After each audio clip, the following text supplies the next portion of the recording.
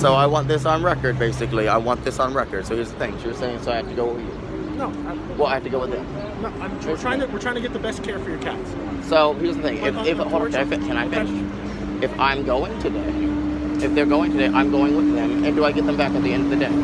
I don't know. Let me talk. Then may I talk with them as well? Do you mind if I talk to him first, and then you can talk to him? They're doing some bullshit right now. Like, someone filmed this. Okay. I'm here every day. I'm sorry. You're still Listen, talking. I'm just trying. We're just trying to get the cat care. We don't want a conflict. We don't. Okay. So I'm gonna talk to them. Okay. We'll try to work this out. No. I would like them over here. I would like to talk to them as well.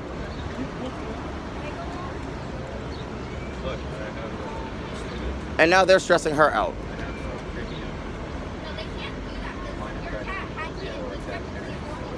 Yes, that's my property as well. Yeah, they're saying that they're being treated badly. Then let's take them to the Bronx then. Let's take them to the Bronx.